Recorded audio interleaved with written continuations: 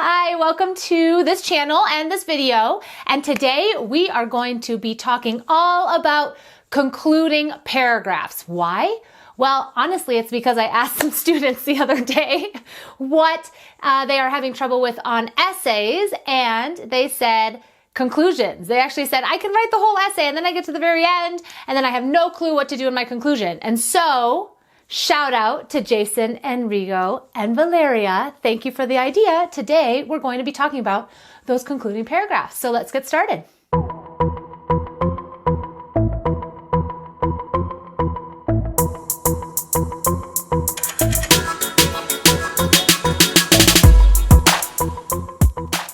Before we begin, who am I and why the heck am I coming to you? So I am a college professor. I teach in the English department, which means that I teach mostly composition, writing, literature, and research courses. I have been doing it for a long time, actually probably longer than most of you have been alive, which is it's actually my birthday soon. And so I'm actually quite aware of my age and how long I've been teaching.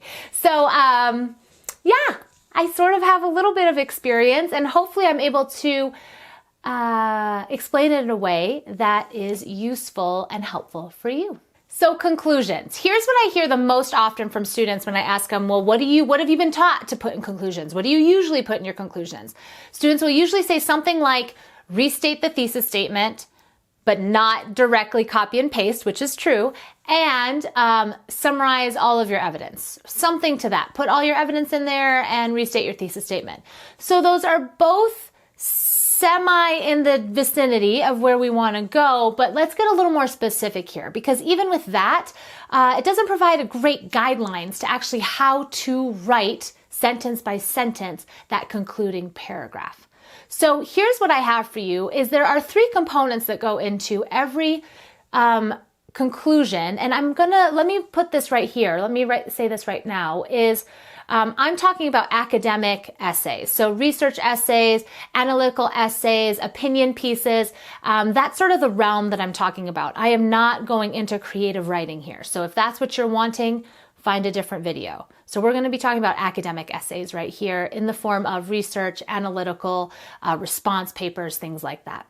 A final judgment basically means you want to take whatever your thought was in your thesis statement, whatever your stance is, and you want to sort of go one step further. You want to provide what is your final say? What do you want to leave the readers with? Let's go over an example. Let's say that your thesis statement at the beginning of your paper was something like, the negative effects of social media far outweigh any of the positives, period.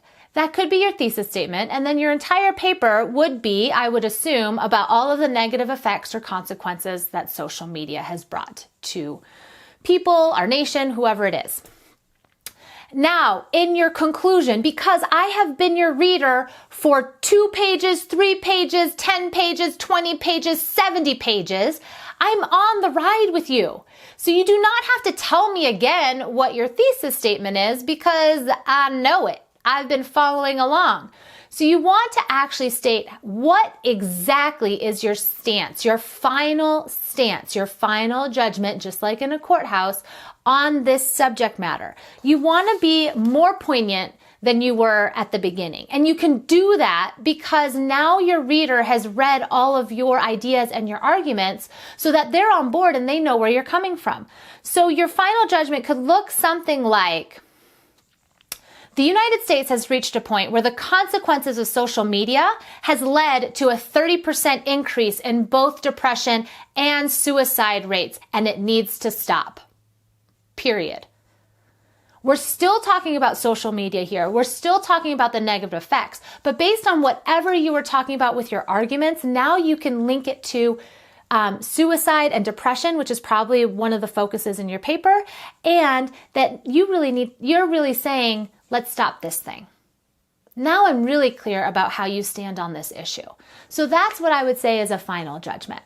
So if you have any other questions about final judgment, please let me know in the comments below so that I can answer that for you. So let's go into component number 2. Component number 2 is culmination of evidence.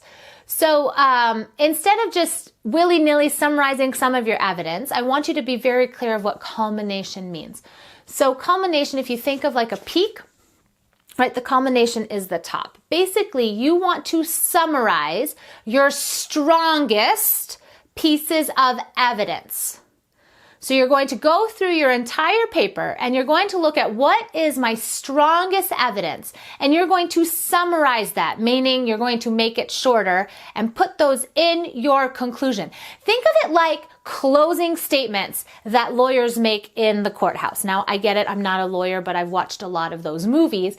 They're not, if there was a court case that has lasted 6 months, they're not going to go through every single freaking argument and tell you exactly what each piece of evidence is. No.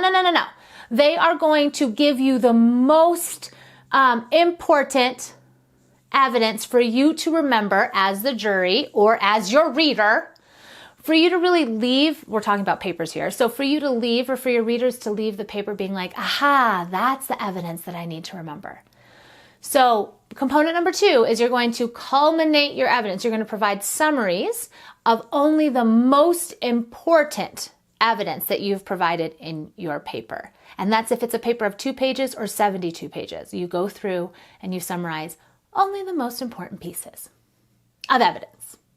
Number 3 is a final send-off. So it's basically what you want your reader to think about moving into the future. Once they have finished reading your essay, what you really want them to do is to think about whatever those ideas are after they've read it, yes? So that if I'm reading your paper, I still want to think about your paper afterwards and be like, oh, that was a great question, or, oh, I never thought about that before. So what can you do in your conclusion is you can do that in the form of a final send-off. What I've done is I put a list here together for you of ways that you can do a final send-off. Just pick one. You do not do all of these. You just pick one. So it could be a further question for your reader to think about. So let's say we're doing the social media thing. You could do something like, what does the next 5 years look like if we're already at a 30% increase in suicide and depression rates for our youth?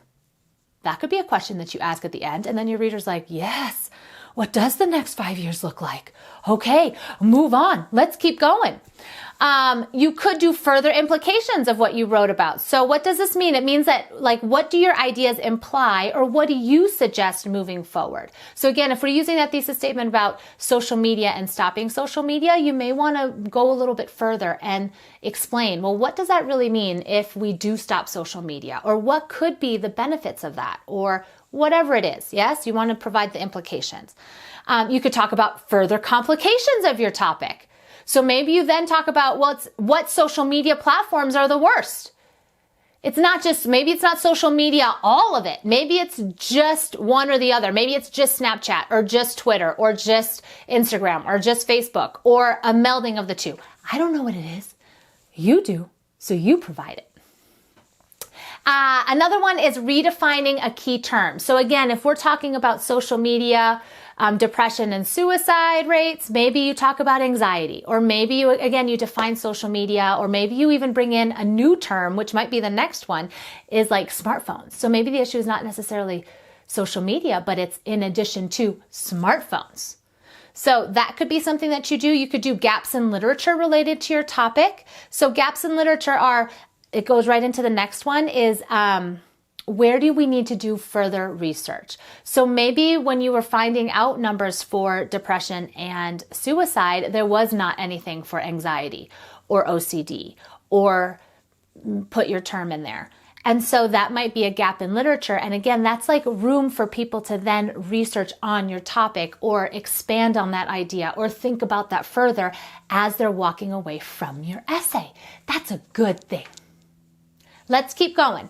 So another one is you can set this up in a larger context. So again, like the example that we gave, is social media, is the larger context of that is smartphones. So maybe you set this idea up in relation to smartphones in general.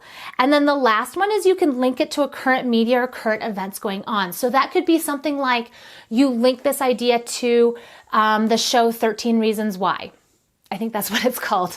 But you could link it to something like that has especially related to your audience, has a certain emotional pull or that they understand it on a different level. So you could absolutely link it to current media and current events going on. So these are just some of the ideas. The biggest thing about your final send-off is you really, again, want your reader to think about these ideas in a larger context as they go into the future.